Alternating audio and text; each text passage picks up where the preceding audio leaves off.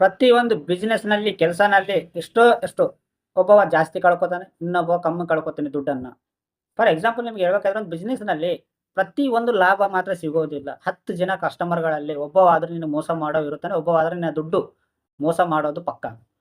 ಆ ಒಬ್ಬ ಮೋಸ ಮಾಡಿದನಂತ ಉಳಿಕೆ ಜನರೆಲ್ಲ ತಪ್ಪು ಹಿಡಿತಿ. ಇಲ್ಲ, ಉಳಿಕೆ ಜನರೆಲ್ಲ ತಪ್ಪು ಹಿಡಿದು ನೀನು ಬಿಸ್ನೆಸ್ ಫೇಲ್ ಆಗ್ತಾ ಇದೆ ಅಂತ ನೀನು ಒಂದು ನಂಬಿಕೆ ಭ್ರಮೆ ಇಟ್ಕೊಂಡು ನೀನು ಯಾವುದೇ ಕೆಲಸ ಮಾಡೋಕ್ಕೆ ಫೇಲ್ ಆಗ್ಬಿಟ್ಟಿದಿ. ಅಲ್ಲ? ಯಾವುದೇ ಆಗಲಿ, ಒಂದು ಬಿಸ್ನೆಸ್‌ನಲ್ಲಿ ಆಗಲಿ, ಇಲ್ಲ ಯಾವುದೇನೇ ಆಗಲಿ, ಎಲ್ಲರೂ ಮೋಸ ಮಾಡೋದಿಲ್ಲ. ಪ್ರತಿಯೊಂದು ಬಿಸ್ನೆಸ್‌ನಲ್ಲಿ ಲಾಸ್ ಆಗೋದಿಲ್ಲ. ಅರ್ಥ ಆಯ್ತಾ?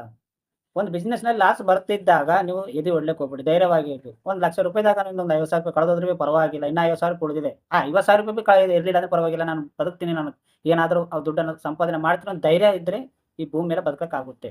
ಯಾವಾಗ ನಿನ್ನ ಹಣ ಹೋಗಿದ್ದಾವೆ, ನಾನು ಲಾಸ್ ಆಗಿದ್ದೀನಿ ಅಂತ ನೀನು ಒಂದು ಟೆನ್ಷನ್ ಇಟ್ಕೋತಿ ನೋಡು, ಅವಾಗ ನೀನು ಯಾವ ಕೆಲಸವೂ ಫೇಲ್ ಆಗ್ತೀಯ. ನೀ ಯಾವ ಕೆಲಸ ಮಾಡಿದ್ರು ಮೇಲೆ ಬರೋದಿಲ್ಲ. ಜಲ್ದಿನೇ ಹೋಗ್ಬಿಡಿ.